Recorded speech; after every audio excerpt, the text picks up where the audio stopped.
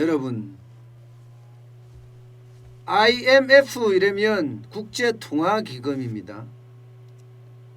이 국제통화기금 IMF에서요, 세계 경제에 엄청난 그리고 섬뜩한 경고를 했습니다. 이제 코로나19가 일시적으로 끝날이라고 생각하면 안 된다. 이거 장기전이다. 적어도 2025년까지는 갈 거다 하고 보고서에서 발표를 했어요. 와우, 2025년이면 앞으로 얼마나 남았습니까? 앞으로 4년하고도 3, 4개월이 남았습니다. 3, 4개월. 3개월이 넘게 남았어요. 3개월이 더 적게 남았네요. 그러면 앞으로 경제가 계속 어려워질 거라는 이야기잖아요. 앞으로. 그러면 우리는 거기에 대한 대비책이 반드시 있어야 됩니다. 그런데 어저께 이제 IMF에서 세계 경제와 한국 경제의 성장률 전망치를 발표를 했습니다. 보시는 것처럼 이렇게 발표가 됐습니다. 대한민국 경제 전망치, 지난 6월 전망치에는 마이너스 2.1%였는데요. 10월 전망치에는 마이너스 1.9%로 0.2%포인트가 올라갔어요. 그랬더니 모두가 호들갑이야. 난리가 났어. IMF의 보고서는요, 핵심이 이게 장기 충격이 간다는 거예요. 세계 경제에 장기 충격이 가고 거기에 따라서 원자재를 많이 구매하는 대한민국에는 다른 선진국보다 충격이 더 오래 갈 거다. 이게 제가 봐서는 보고서의 핵심이거든요. 그런데 많은 언론들은요, 마이너스 2.1%에서 마이너스 1.9%로 올렸다 이거예요. 상향 조정했다. 그래서 OECD 국가 중에서는 순위로 봤을 때 뭐 3위에 랭크된다. 선진국 중에서도 3위에 랭크된다. OECD 국가 중에서는 2위고요.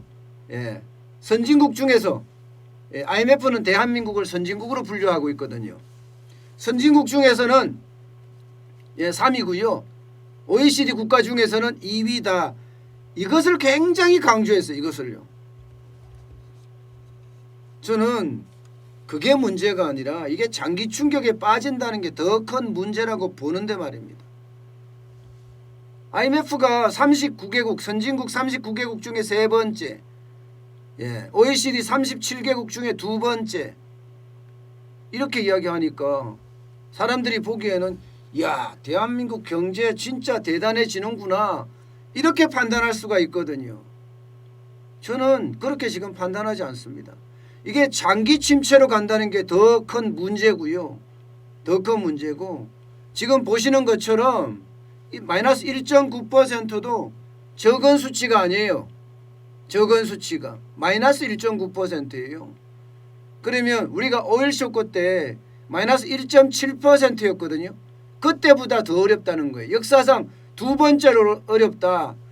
IMF 외환위기 다음으로 올해가 어렵다, 이런 이야기인데 이게 중심이잖아요. 이게 중심인데 모두들 세계 두 번째로 성장률을 지켰다는 둥, 이런 이야기만 계속하고 있으니 참 답답할 뿐이에요.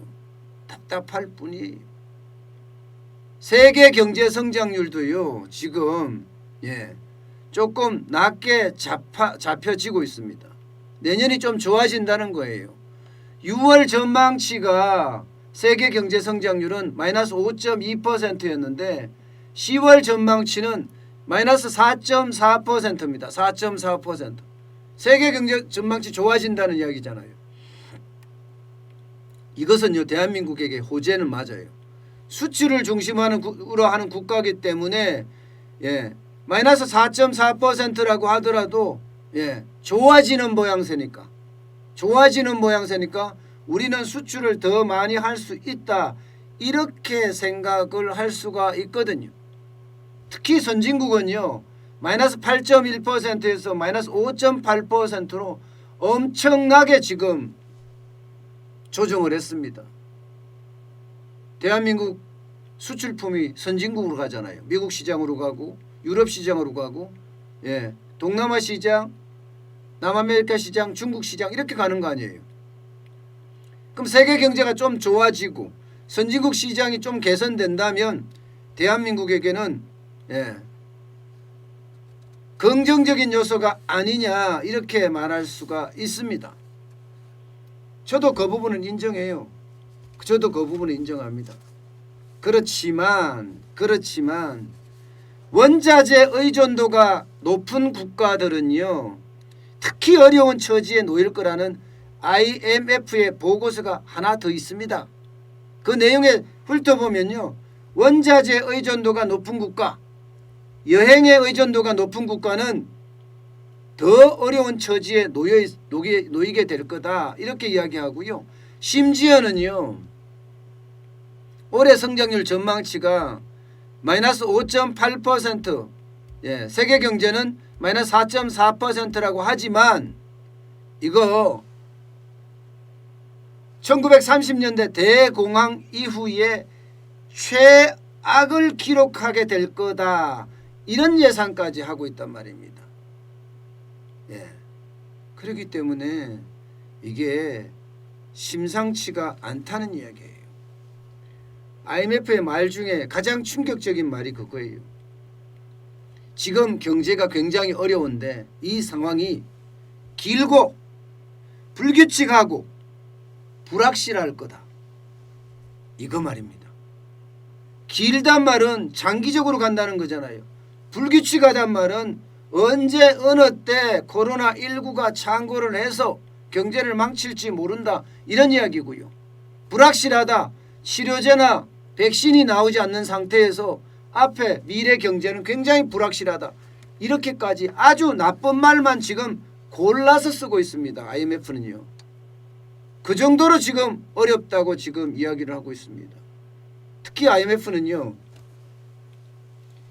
이 세계 경제가 악화되는 고리가 여행업이다 이렇게 이야기합니다.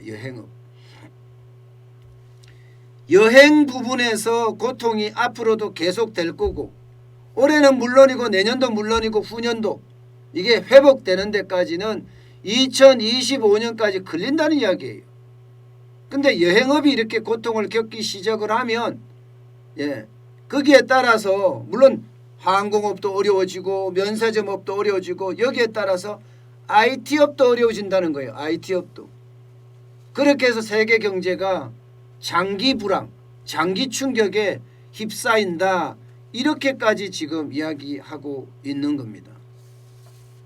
여러분 1930년대 대공황 이후에 최악을 기록할 거라는 이 말 한마디가 앞으로 우리 경제가 얼마나 어려워질 거란지도 가히 짐작이 갑니다. 그중에서도요 가장 아픈 게 원자재 의존도가 높은 국가는 더 힘을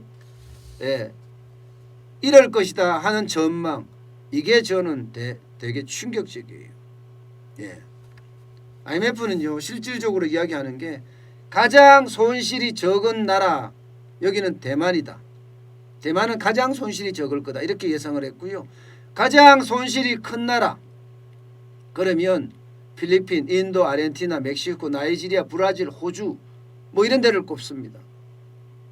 대한민국도 선진국 반열에 들어가 있지만 선진국들이 계속 떨어지는 것보다 더 많이 떨어질 거다 이렇게 예상하고 있어요.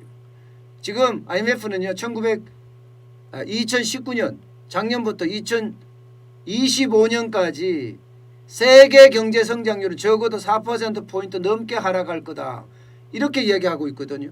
거기에 따라서 선진국들이 굉장히 충격을 받을 거다. 그 선진국은 미국, 일본, 독일, 캐나다, 프랑스, 이탈리아, 스페인입니다. 여기가 충격을 받는데 거기보다가 더 많은 충격을 받는 곳이 바로 대한민국일 거다.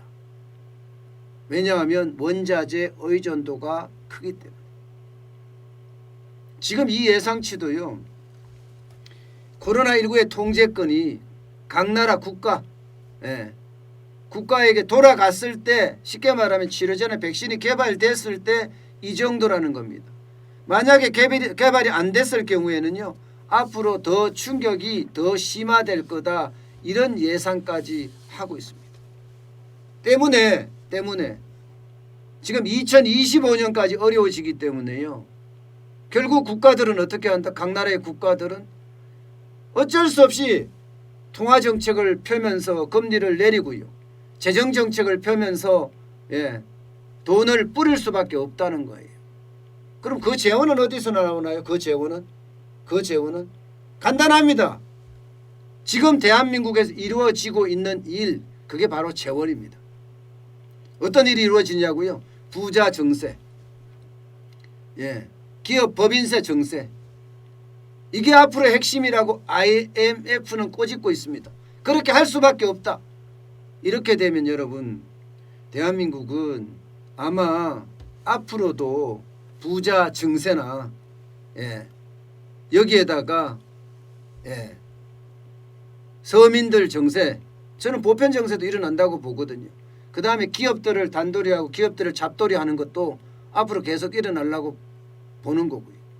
제가 그렇게 본 이유는 바로 옆에 있는 바로 이 그래프입니다. 자, 올해가 4월 전망을 할 때 1.2%에서 6월 전망이 마이너스 2.2%까지 내려갔어요. 10월에 마이너스 1.9%까지 내려간 것까지는 그래, 올해 좀 좋아진다. 좋아지지만 마이너스고, 역대 2대 가장 어려운 그런, 역대 두 번째로 어려운 그런 상황을 맞는다. 그런데 이 그래프에서 봐야 될 핵심은 바로 내년 거예요. 내년 거. 내년은 보면요, 지속적으로 지금 낮아지고 있어요. 지속적으로. 대한민국의 실상, 4월에 예측할 때는 대한민국이 3.4% 성장을 한다, 이렇게 예측을 했는데 6월에는 3.0% 또 줄였거든요. 이게 10월에는 2점대로 떨어졌습니다. 2.9%까지 줄였어요. 그러면 대한민국 내년에도 이게 전망치거든요. 성장률이 시원치 않다는 얘기예요. 성장률이 시원치 않다. 성장률이 V자 반동으로 내년에는 일어나야 된다. 저도 그렇게 생각하거든요. 홍남기 경제부총리는 적어도 7, 8월에 V자 반등이 일어나리라고 생각을 했지만 사실 L자로 가고 있잖아요. 우리 경제는요. L자입니다. L자. 무조건 L자로 가는데 여기에다가 내년에는 그래도 V자 반등을 해야 되는데 이거 내년에도 V자 반등을 못하게 생겼어요. 이대로 가면요.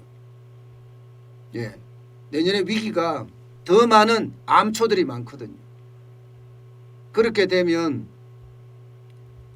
그냥 까놓고 말해서요, 여러분, 부자들은 더 세금을 많이 낼 수밖에 없는 구조가 되고 기업들은 더 옥죄일 수밖에 없다. 내년은 더 어려운 해가 될 거다. 부자나 기업들에게는 말입니다. 저는 그렇게 지금 생각을 합니다. 그만큼 대한민국의 상황이 심상치 않다. 저는 그렇게 봅니다. 경제가 지금 좋아지는 게 아니라 마이너스 2.1%, 마이너스 1.9% 됐다는 것은요, 이게 뭐 성장률로 봐서 세계 몇 위가 중요한 게 아니잖아요. 우리의 삶이 중요하잖아요. 우리의 삶이 더 공공해진다는 이야기니까 그게 가슴 아프다는 이야기입니다.